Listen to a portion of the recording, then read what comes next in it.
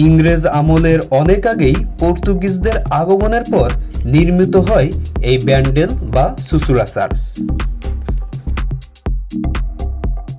আজকে আমরা চলে এসেছি চুচুড়ার গাছে। এখন আমাদের সাথে চুচুড়ার গাছটা পরিদর্শন করি, যার নাম ব্যান্ডেল ব্রাসিলিকা চার্চ।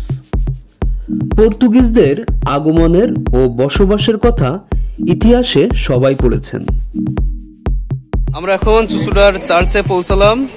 এখানে কোনো এন্ট্রি ফি নাই, আমরা এখন ভিতরে ঢুকবো। আমাদের সাথে আপনারাও আজকে দেখবেন, আশা করি সবারই ভালো লাগবে। চলুন এখন আমরা ভিতরে ঢুকি।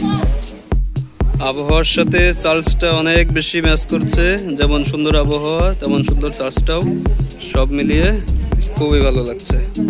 চার্চটা অনেক সুন্দর মনোরম এবং নদীর পাশে তো, যার জন্য অনেক বাতাস বেশি। আমরা আজকে চলে আসলাম এখানে। যাই হোক, অনেক মজা হবে, অনেক গল্প হবে, আড্ডা হবে। ছবি তোলার জন্য পাগলি আছে সাথে। এটাই সেই জায়গা যেখানে পর্তুগিজরা প্রথম উপনিবেশ গড়ে তোলেন। গল্পটা 1500 শতকের। সাথে আছে শিহরিত হবার মতো কয়েকটি ঘটনা। দেখুন পুরো দেয়ালটা জুড়ে কত সুন্দর চিত্র এবং কত সুন্দর তথ্যচিত্র দেয়া আছে। খুবই কিন্তু ভালো লাগছে, খুব সুন্দর। আপনারাও এখানে আসবেন, সবারই ভালো লাগবে। এটা পর্তুগিজদের দ্বারা নির্মিত রোমান ক্যাথলিক চার্চ। এখানে আসতে হলে হাওড়া বর্ধমান, হাওড়া কাটোয়া বা ব্যান্ডেল লোকাল অথবা নৈহাটি হয়ে খুব সহজেই আসতে পারবেন। যীশু খ্রিস্টের জীবনের নানা ঘটনা বর্ণিত আছে এখানে। কোথায় ছবি তুলবো আর কোথায় তুলবো না সেটাই তো ভেবে পাচ্ছে না। সব জায়গায় অনেক সুন্দর, অনেকগুলো মূর্তি দেওয়া আছে, দেখা যাচ্ছে। ব্যান্ডেল শব্দের পর্তুগিজ অর্থ জাহাজের মাস্তুল। এখন চলুন থ্রিলিং একটি সত্য ঘটনা শেয়ার করি আপনাদের সাথে। 1599 সালে হুগলি নদীর তীরে উপনিবেশ গড়ে ওঠে পর্তুগিজদের। তখন প্রথম এই চার্চটি তৈরি হয়।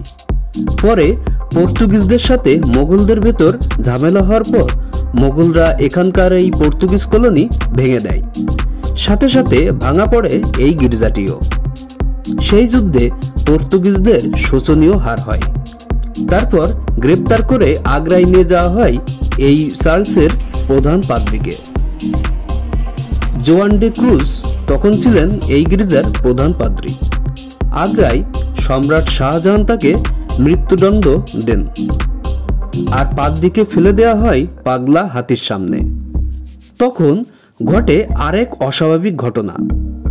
সেই পাগলা হাতি পাদ্রীকে না মেরে উল্টো সুরে পেঁচিয়ে তাকে পিঠে বসিয়ে রাখে। এই অলৌকিক ঘটনা দেখে সম্রাট শাহজাহান পাদ্রীকে মুক্তি দেন। সাথে সাথে দান করলেন হুগলি নদীর তীরের এই বিশাল জায়গা। চার্চটি পুনরায় তৈরি হবার সময় ঘটে আরেকটি ঘটনা। সে সময় গভীর সমুদ্রে একটি জাহাজ ঘূর্ণিঝড়ের কবলে পড়ে দিক ঠিক করতে পারছিল না। তখন নাবিক মনে মনে ভাবতে থাকে, এই জাহাজ এবং জাহাজের সমস্ত লোকেরা যদি বেঁচে কুলে ফিরতে পারে, তবে প্রথমেই আমরা যে গির্জাটি দেখব সেখানেই জাহাজের মাস্তুলটি দান করব। আর তারা জীবন বাঁচানোর পরে প্রথমেই এই হুগলি নদীর তীরে চার্চটিকে দেখতে পায়। তাই এখানেই দান করে সেই জাহাজের মাস্তুলটি, যেটা এখনো এখানে রক্ষিত আছে। সারা বছর সকাল 8টা থেকে বিকাল 5টা পর্যন্ত খোলা থাকে। আর 25শে ডিসেম্বর ও 1 জানুয়ারি জনসাধারণের জন্য বন্ধ থাকে। তবে এই 2 দিন চার্চের মাঠ পর্যন্ত প্রবেশ করা যায়। 25শে ডিসেম্বর থেকে সপ্তাহব্যাপী বিশাল মেলা হয় এখানে। প্রেয়ার রুমের ভেতর ছবি তোলা এলাও না, সেজন্য আমরা প্রেয়ার রুম ঘুরে আসলাম। এখানে ছবি তুলতে পারিনি। এখন আমরা ছাদে যাচ্ছি, এখানে ছবি ভিডিও সবকিছু, ভিডিও ভালো মতো করতে পারতেছে না, এর জন্যই। শুধু এখন ছবি তুলে এখানে ছবি তুলে দেয় না।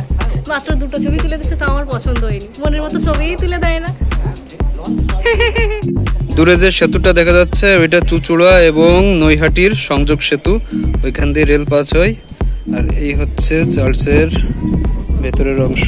এখানে অনেক জায়গায় ছবি তোলা নিষেধ। তারপরেও ইন্ডিয়াতে 2টা জিনিস সারা ইন্ডিয়া মিলেই লেখা, ফটোগ্রাফ মানা হে, থুকনা মানা হে। বর্ডার থেকে মোটামুটি কাশ্মীর পর্যন্ত একটা দুইটা কথাই সব জায়গায় লেখা। ইতিহাস সমৃদ্ধ এই প্রাচীন চার্চটি ভ্রমণ করে খুবই ভালো লাগলো। সাথে সাথে জানতে এবং জানাতে পারলাম অনেক তথ্য। মোটামুটি ঘুরে শেষ করলাম চার্চের ভিতরের এবং বাইরের পাশ। মোটামুটি শখানিক ছবি এবং গোটা বিশেক শর্ট ভিডিও করে দেওয়ার পরেও স্নেহার নাকি মনই ভরছে না। তাই ওকে বললাম, তুই পোস্ট দিতে থাক, আমি ননস্টপ ছবি এবং ভিডিও করতে থাকি। সবারই পরিচিত এমন অনেক পাবলিকই আছে যাদের ছবি বা ভিডিও করে মন ভরে না এবং শেষও হয় না। ছবি তুলতে তুলতে হাঁপিয়ে গেছে, তাই জল খাচ্ছে। মোটেও না, একটা ছবিও তুলিনি, পুরো দূর না, ছবি তুলে দেয় না। ছবি তুলে দেয় না, শুধু শর্ট ভিডিও যে সব লোকজন কেউ সেলফি তুলছে, কেক নিয়ে বসে আছে। আমারই কেউ নেই তুলে দেওয়ার মতো। ছবি তুলে দেওয়ার মতো কেউ যদি থাকেন তাহলে ওর সাথে কমেন্ট করে, মানে আমার এই ভিডিওতে কমেন্ট করেন, আমি তারপরে দেখবো, সমস্যা নেই।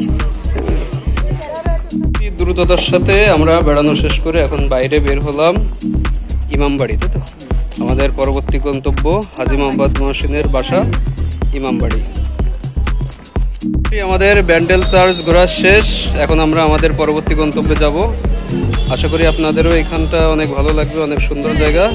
পরবর্তীতে আবার দেখা হবে।